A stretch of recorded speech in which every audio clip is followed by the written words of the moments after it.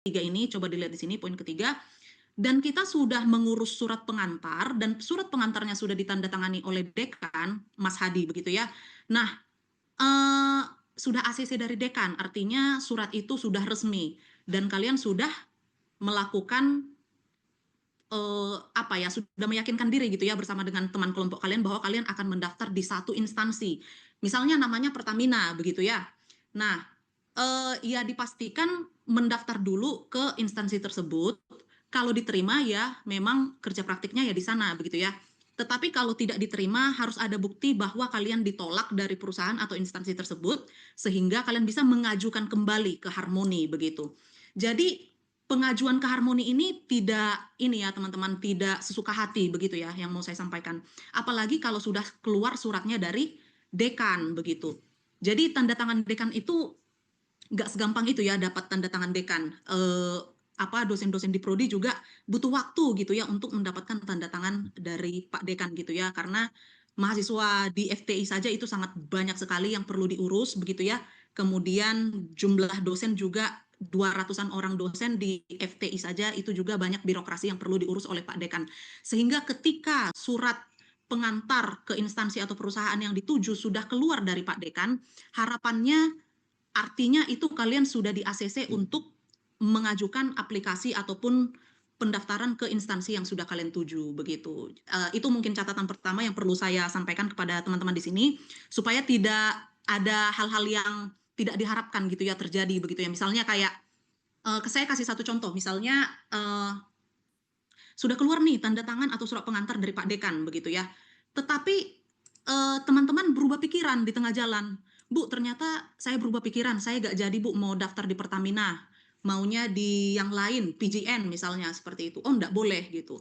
Kalian harus menghargai surat pengantar yang sudah dikeluarkan oleh fakultas kepada kalian, khusus kepada kalian gitu ya, khusus kepada kelompok ini gitu ya, untuk akhirnya bisa eh, dicobakan ke Pertamina. Kalau gagal dari Pertamina atau menunggu gitu ya, disuruh menunggu oleh Pertamina berminggu-minggu misalnya ya, ya saya tahu tiap orang pasti punya strategi begitu ya, tetapi baiknya tidak mempermainkan surat pengantar yang sudah keluar ini. Jadi kalau surat pengantar statusnya sudah selesai begitu ya di dalam Harmoni begitu ya, ya lakukan pendaftaran ke instansi tersebut, bila ditolak baru bisa mengajukan kembali. Itu mungkin catatan pertama ya. Karena kalau tidak, ini juga yang ditegur prodinya begitu ya. Yang ditegur prodinya, yang ditegur kaprodinya, yang ditegur koordinator KP-nya begitu. Itu ada rantai rantai bercabang begitu ya, ketika ada masalah di birokrasi fakultas pastinya yang dipertanyakan prodinya begitu. Ya, oke baik. Nah, selanjutnya supaya tidak terjadi hal seperti itu mengenai birokrasi keluarnya surat pengantar dari Harmoni, teman-teman harus memastikan proposal kerja praktek itu memang sudah dibicarakan sebelumnya dengan pembimbing kerja praktik kita di prodi. Misalnya siapa begitu ya, Bu Miftah kah, Pak Randi kah, Pak Rozi kah, dan lainnya kan macam-macam ya, dosen-dosen pembimbing dari teman-teman di sini begitu ya. Jadi proposal itu sudah diyakinkan sesuai format dan juga sudah ditanggapi oleh dosen pembimbing kerja praktik sehingga kalian merasa lebih percaya diri gitu bahwa saya akan mengajukan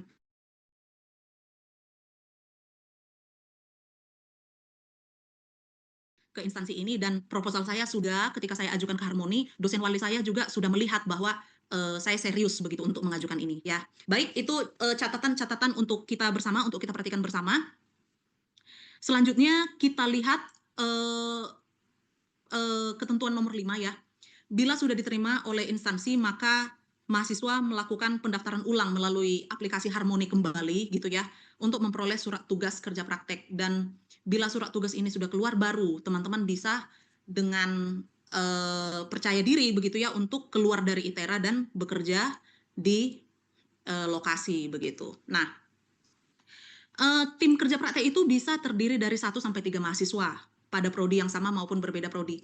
Ada case yang saya lihat bahwa ada, saya tidak perlu sebut nama ya, ini saja begitu ya.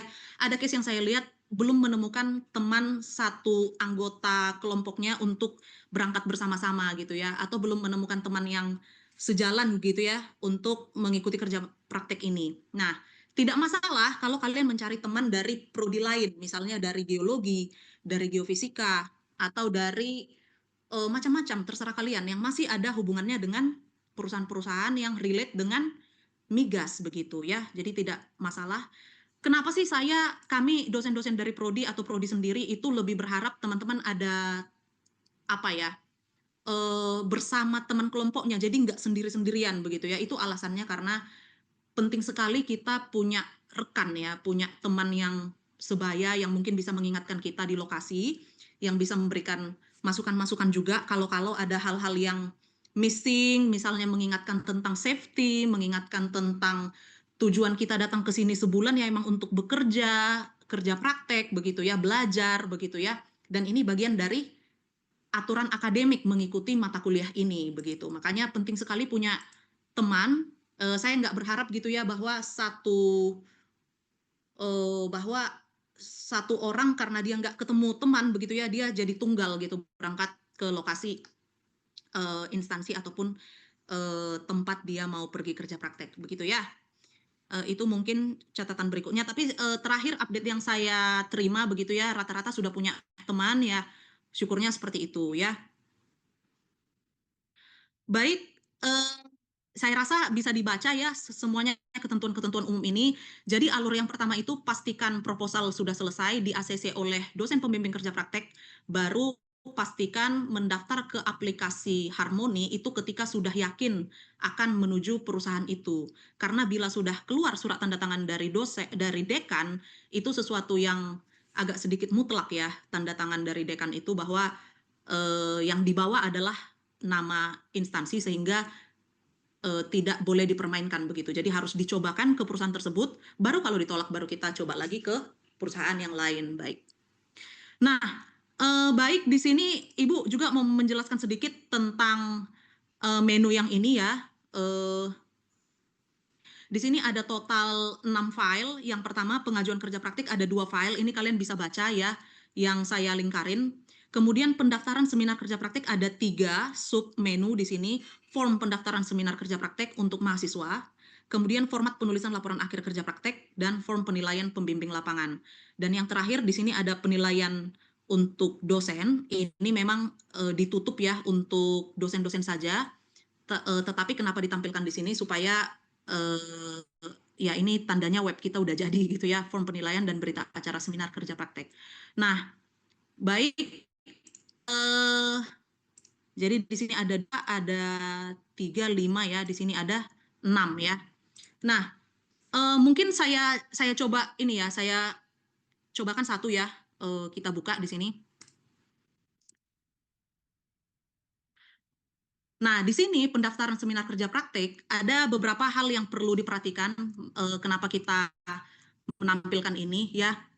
Yang pertama ada digitalisasi di sini ya, jadi ada perubahan. Kalau selama ini kerja praktik itu selalu sebelum seminar kerja praktik selalu dimintakan kepada mahasiswa untuk ngeprint ya, ngeprint berita acara seminar yang membuktikan bahwa hari H itu adalah seminarnya si A, si B, si C begitu ya. Nah, sekarang sistemnya sudah terdigitalisasi bahwa nanti mahasiswa tidak akan dimintakan untuk ngeprint lagi, tetapi itu akan menjadi diisi oleh dosen secara digital begitu ya. Nah, coba kita contohkan di sini ya. Nama mahasiswa singkat saja ini ya. Nama mahasiswa katakanlah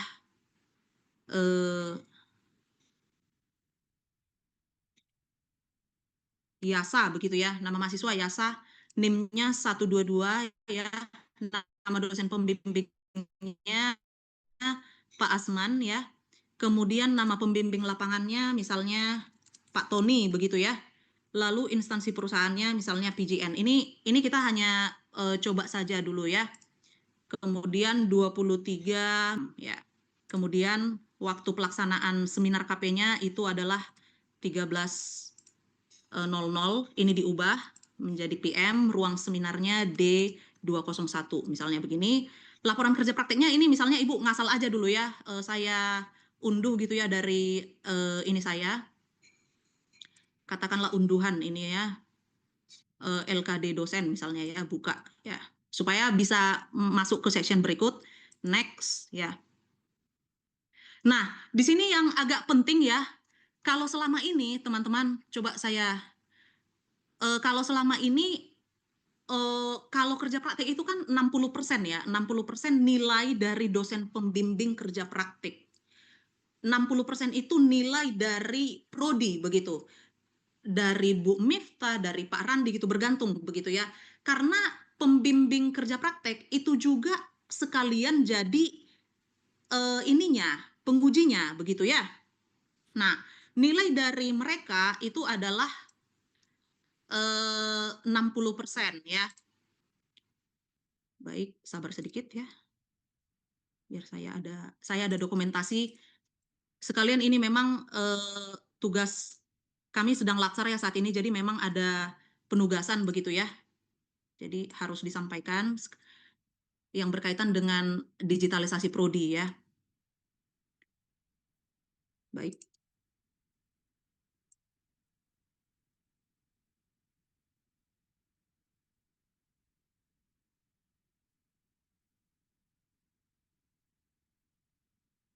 Ya, oke.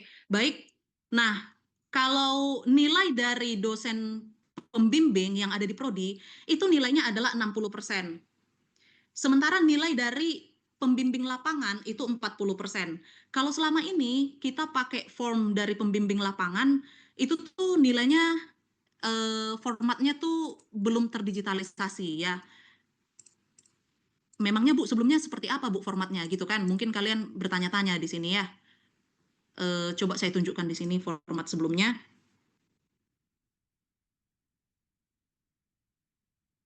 Ini form penilaian kerja praktek pembimbing lapangan ya. Sebelumnya seperti ini formatnya. Semuanya masih bisa lihat slide ya? Masih ada ya? Masih ada, Bu. Oke, thank you. Nah, terkadang kan kalau kita menilai orang yang lagi kerja praktek begitu ya, misalnya ya, pemahaman terhadap organisasi tempat kerja praktek. Pembimbing lapangan itu kayak diminta untuk menuliskan satu angka begitu. Kesannya jadi bias begitu, kayak ya terserah saya gitu, saya mau nulis 80, saya mau nulis 82, saya mau nulis 83. Tidak ada suatu rubrik penilaian ataupun standar yang bisa diberlakukan sama gitu antara pembimbing lapangan atau saya sebut DPL ya, dosen pembimbing lapangan, yang satu dengan yang lainnya. Di instansi satu dengan instansi lainnya. Jadi ada kesan subjektivitas. Misalnya pemahaman Yasa terhadap organisasi tempat kerja praktek. Misalnya Yasa dia kerja prakteknya di Pertamina. Ya saya tulis aja 80. Kemudian kemampuan menerima penugasan dan penyelesaiannya 79. Kemampuan berkomunikasi dan mempresentasikan penyelesaian tugas 85 gitu. Nah, seolah-olah isikan dengan angka numerik 0 sampai 100 begitu. Nah, ini ada kesan subjektivitas ketika tidak ada rubrik penilaian yang terdigitalisasi. Nah, saat ini form penilaian kerja praktek ini sudah kita ganti menjadi terdigitalisasi menjadi seperti ini ya. Nah, kenapa dikatakan terdigitalisasi? Karena diubah bentukannya menjadi sangat baik, baik, cukup, kurang, dan 4 penilaian ini dapat menjawab begitu ya, menjawab kebutuhan dari bagaimana performa si mahasiswa tersebut di dalam menjalankan tugas di lokasi. Misalnya sangat baik itu kan nilainya 100 ya. Baik itu nilainya 75. Cukup itu nilainya 50 dan kurang itu nilainya 25. Jadi ada selisih 25 begitu ya. Nah, kalau di ITERA sendiri orang yang dapat nilai akhir 75 itu sudah dapat A. Enggak lagi 80 ya standar kita. Sekarang tuh sudah diturunkan standarnya sehingga dosen-dosen kalau memberikan nilai 70 sebenarnya itu sudah sangat baik ya. Karena ujung-ujungnya kalaupun nggak dapat A ya mungkin dapat AB begitu ya. Jadi ketika nanti kalian berada di lokasi kerja praktek, satu-satunya form yang akan kalian print itu hanyalah ini ya, form penilaian pembimbing lapangan. Inilah satu-satunya yang akan kalian print dan mintakan kepada dosen pembimbing lapangan tersebut untuk TTD pembimbing dan juga cap instansi atau perusahaan dan mintakan mereka untuk mengisi bagaimana performa dari penilaian dari mereka begitu ya kepada kita begitu ya, kepada si sang mahasiswa begitu ya. Misalnya di sini baik baik baik begitu ya. Kalau bisa jangan cukup ya, karena cukup itu nilainya 50, kecil sekali nanti untuk nilai akhir kalian di kerja praktik. Dan itu nanti total nilai dari si pembimbing lapangan ini 40% dari total nilai keseluruhan. Nah, yang berikut, apa yang terdigitalisasi yang kedua, tentu saja adalah form penilaian dari dosen ya, dari dosen. Nah, kalau eh, di zaman lalu ya, form penilaian dosen itu sama seperti yang sebelumnya ya. Bagaimana saya katakan ya? Formnya itu seperti ini formnya. Ya. Jadi aspek penilaiannya penyajian seminar 30, laporan kerja praktek 30, kajian teknis dan analisis 20, sikap dan etika akademik 20. Nah, di sini dimintakan dosen itu untuk mengisi segala sesuatunya dengan manual begitu. Misalnya nanti kalian sudah selesai nih kerja praktek ya, dan kalian mendaftar kepada saya, kemudian kalian membuka website RMG dan mendaftarkan melalui Google Form ya. Ini Google Form yang tadi, yang ini ya, yang Ibu masih gantung ngisinya ya. Tunggu saya jelaskan ini tadi. Jadi kalau kalau dari dosen itu di masa lalu tuh seperti ini ininya penilaiannya. Migas Itera ya. Nah, seperti ini.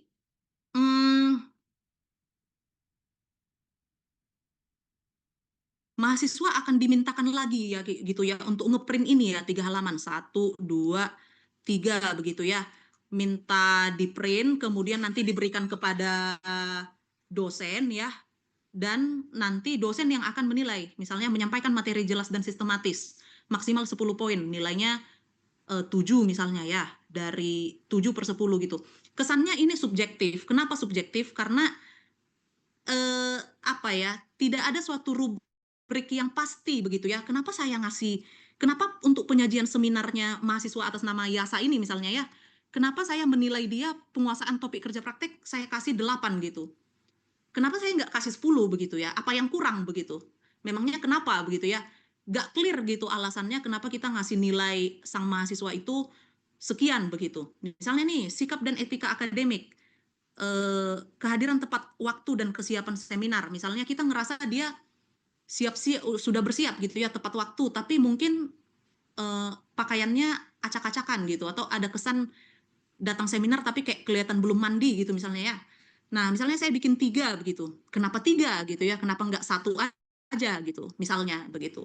Jadi ada subjektivitas dari penilaian yang model seperti ini ketika dosen dimintakan menulis angka begitu, atau menulis numerik ya.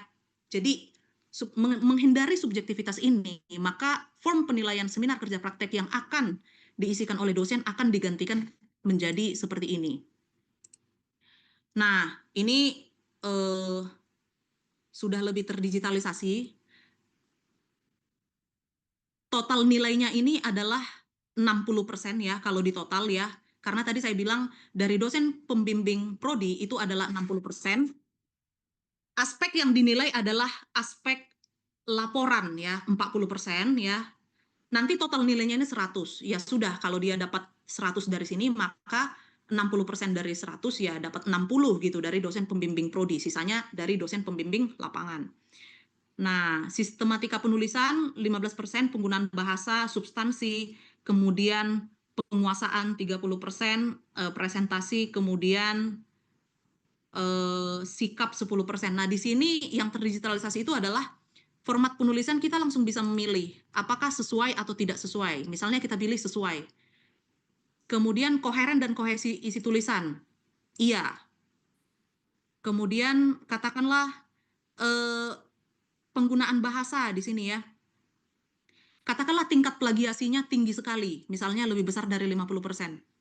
Nah, nilainya jadi berkurang begitu. Jadi ini adalah suatu sistem yang sudah di create begitu ya, sehingga menciptakan nilai total itu bisa otomatis. Nilai akhirnya nanti ada di sini dengan rumus Excel di sini ya kita bisa lihat ya. Sehingga keluarlah ketika nilai akhirnya 76,9 maka nilai hurufnya dapat A. Misalnya ada orang yang seminar kerja praktek benar-benar bad perform. Nah, ini kita contohkan ya. Format penulisannya tidak sesuai. Koheren dan kohesi tidak begitu ya. Nah, nilainya langsung berubah jadi AB begitu. Keterkaitan unsur tulisan nggak terkait sama sekali, tidak terkait. Nah, lalu katakanlah di sini presentasinya, bagaimana dia presentasi, lama waktu paparan, terlalu lama, lebih besar dari 30 menit gitu. Lalu sikap misalnya ya, apakah dia kesopanan dalam bertutur kata? Ya, sama sekali tidak sopan, sangat jarang. Nah, nilainya langsung berubah jadi AB. Nah, misalnya dosen merasa bahwa benar-benar si anak ini, mahasiswa ini buruk sekali misalnya ya.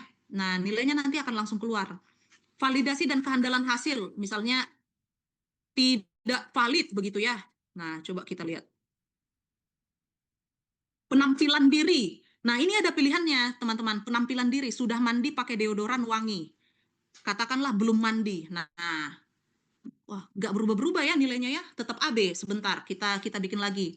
Misalnya dia penggunaan referensi pustaka kurang kurang lengkap gitu ya. Katakanlah kurang lengkap. Nah, ini memang kenapa nilainya belum berubah ya? Ini karena eh, tadi saya cuman pick satu aja gitu. Nah, ini nanti bisa berubah jadi B atau bisa berubah jadi BC atau bisa berubah jadi C begitu ya. Kalau memang benar-benar penampilan seminar kerja praktek itu dilihat dari aspek laporannya, dilihat dari aspek penguasaannya, dilihat dari aspek presentasinya, dilihat dari aspek sikapnya memang sangat kurang misalnya ya. Nah, coba eh, kesanggupan pengurai lisan, tidak sanggup sama sekali, kurang sanggup, kurang efisien. Paparan hasil, katakanlah sangat terbatas. Nah, nilai sudah berubah, jadi B, begitu ya. Jadi ini adalah rubrik yang disusun. Berdasarkan apa, Bu, rubrik ini disusun? Berdasarkan kejadian yang berlangsung di seminar itu, begitu ya. Karena saya yakin yang namanya penguji seminar, dia juga yang bimbing mahasiswanya, dia juga yang menseminarkan, dia juga yang menentukan nilai akhir dari si dirinya sendiri 60% begitu ya. Dia pasti sudah tahu proses anak ini dari awal sampai akhir begitu. Nah, laporannya seperti apa, dia tampil seperti apa, rapih atau tidak, sikapnya seperti apa, presentasinya bagaimana, penguasaan dia tentang materi dari eh, kerja praktiknya, mampukah dia membawakan atau mengconnect the dots kan gitu ya, teori yang sudah dipelajari di perkuliahan dengan pengaplikasian di kerja praktik, itu yang sebetulnya mau dibawa ya. Jadi betul-betul tujuan kerja praktik itu membawa informasi-informasi dari perusahaan-perusahaan dalam konteks keilmuan begitu ya, untuk dibagikan di mimbar akademik. Mimbar akademiknya yaitu berupa presentasi begitu. Jadi rata-rata sih saya lihat anak angkatan 22 dapat A ya. Baik itu dari nilai mereka dari DPL maupun nilai mereka dari dosen pembimbing yang dari prodi, rata-rata dapat A. Rata-rata nggak mungkin sih orang seminar kerja praktek parah-parah banget gitu ya, nggak mungkin. Mereka udah invest waktu mereka 1 bulan 2 bulan untuk bisa kerja praktek. Saya yakin mereka dihargai oleh di dosen pembimbing mereka as long as mereka memenuhi syarat-syarat ini. Jadi ini form penilaian hanya bisa dilihat oleh dosen ya di dalam website tersebut, dan nanti hasilnya akan berupa spreadsheet, eh, berupa spreadsheet ya, yang juga hanya bisa diakses oleh dosen seperti itu ya. Nah, ini saya tutup dulu teman-teman ya. Kita balik ke sini, kita balik ke yang tadi. Ini juga saya tutup dulu karena sudah clear ya. Form penilaian dari dosen pembimbing lapangan dan form penilaian untuk dosen, supaya teman-teman bisa bersiap-siap apa nih yang perlu saya tonjolkan di kerja praktek saya supaya saya bisa memberikan performa terbaik di mata kuliah kerja praktek ini. Nah, apa yang menjadi peran koordinator kerja praktek itu adalah di sini ya nanti. Saya tidak akan meminta kalian untuk ngeprint berita acara karena penilaian dari kerja praktek sudah yang tadi saya tunjukkan. Form itu tadi sudah diisi oleh mahasiswa, sudah diisi oleh dosen secara digital. Dan kalian tidak perlu nge-print berita acara ini juga, karena ini nanti linknya akan saya copy paste di spreadsheet sehingga dosen akan mengisinya secara langsung di lokasi spreadsheet tersebut. Nah, ini saya tutup dulu ya. Nah, berikutnya kita balik ke sini ya. Nah, ini tadi yang gantung Ibu isi kan? Gantung saya isi. Scan dokumen penilaian pembimbing lapangan. Nah, satu-satunya dokumen yang akan kalian print dan ujung-ujungnya kalian scan untuk bisa mendaftar seminar kerja praktek, itu hanya ini, hanya satu file ini saja, yaitu dokumen penilaian pembimbing lapangan. Kenapa ini nggak bisa terdigitalisasi? Sudah terdigitalisasi sih sebetulnya tadi, karena sudah berubah ya. Dari yang tadinya angka-angka jadi udah berubah menjadi sangat baik, baik, cukup, dan kurang. Hanya saja karena kita di ITERA, dosen-dosen di ITERA, dosen-dosen di RMG, maksudnya kami kan nggak terhubung ya, nggak terhubung sama pembimbing lapangan begitu ya. Masa sesuka hati nanti saya misalnya minta kolek email atau apa, itu sangat-sangat beresiko mereka tidak memberikan karena mereka orang luar begitu ya. Itu alasan kenapa ini satu-satunya form yang akan kalian unduh dan kalian print dan kalian sajikan di sini untuk mengisi di form pendaftaran seminar kerja praktek sebelum kalian maju seminar begitu ya. Jadi ini ngasal dulu ya saya dari unduhan saya ya. Ini hanya untuk ini aja ya. Surat pengumuman penerima pendanaan misalnya gitu ya, saya buka ya. Nah, ini sudah terupload. Nah, di sini tadi yang saya bilang. Nah, form ini teman-teman, ini yang jadi catatan khusus ya. Kenapa saya memintakan kepada kalian untuk mengunduh dokumen penilaian pembimbing lapangan? Alasannya karena biar saya ada bukti. Saya ada bukti untuk pengecekan bahwa memang yang diisikan kepada kalian itu pemahaman terhadap organisasi tempat kerja praktek memang sangat baik gitu. Jadi tidak ada kebohongan ya, tidak ada kecurangan di sini ya. Jadi form ini tidak asal, walaupun ini diisi oleh mahasiswa, tapi ada buktinya di sini, di scan dokumen penilaian pembimbing lapangan untuk saya memastikan yang diisi oleh DPL di lokasi masing-masing itu sinkron dengan yang kalian isi di form begitu ya. Pemahaman terhadap organisasi tempat kerja praktek, misalnya IASA dia baik semua ya, sangat diberikan kepercayaan untuk dapat nilai 100 ya, sangat baik. Kemampuan menerima penugasan dan penyelesaian sangat baik ya. Kemampuan berkomunikasi sangat baik begitu ya. Tapi ini kalian isi berdasarkan data yang ada di sini ya, dokumen penilaian pembimbing lapangan. Jadi ini bukan ngasal, bukan diri kalian yang menilai diri kalian, tetapi dosen pembimbing lapangan. Makanya saya minta bukti ini begitu ya, supaya tidak ada kecurangan begitu ya. Baik katanya. Kemudian baik. Nah, ini baru bisa disubmit. Nah, ketika sudah disubmit ya.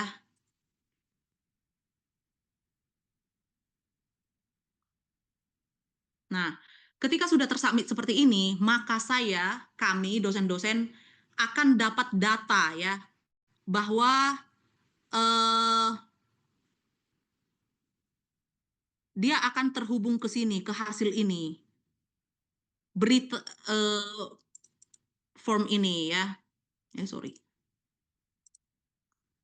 Nah, dia akan terhubung ke sini ya, responsis ini, dan nanti teman-teman dan nanti kami dosen yang akan menentukan ya. Sebentar ya.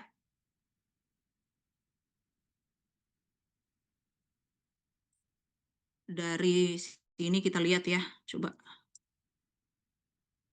Nah, kami dosen-dosen yang akan punya akses ke sini, penilaian dosen ya.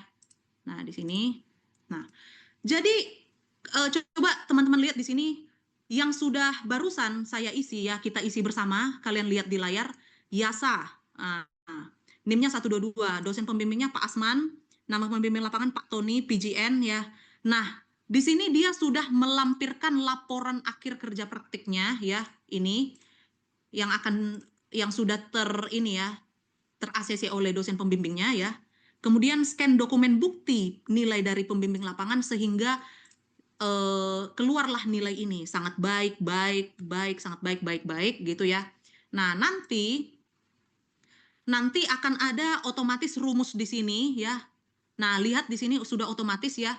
Nilai pembimbing lapangan, nilai YASA itu berdasarkan rumus ini ya, rumus Excel yang ada di sini, dia dapat nilai 90. Nah, karena dia belum dapat nilai dari dosen pembimbing, untuk konteks ini masih kosong. Kenapa masih kosong? Karena saya belum isi di sini, nilai dosen pembimbing di sini. Jadi, kalau sudah maju, misalnya YASA dia seminar kerja praktek, saya akan mengisi di sini, oh Bu Miftah ngasih, oh Pak Asman ngasih dia nilai 80. Nah, saya tulis di sini 80. Nah, keluarlah nilainya jadi 84 nilai akhirnya, sehingga dia dapat nilai A, begitu. Misalnya Pak Asman ngasih nilai 60 begitu ya. Nilainya AB karena nilai akhirnya 72 begitu. Jadi ini akan mempermudah dosen-dosen juga untuk memantau mahasiswa-mahasiswa dan juga melihat nilai-nilai yang sudah masuk dan yang belum masuk. Baik, saya hentikan berbagi ya. Baik, itu ini presentasi dari Ibu ya.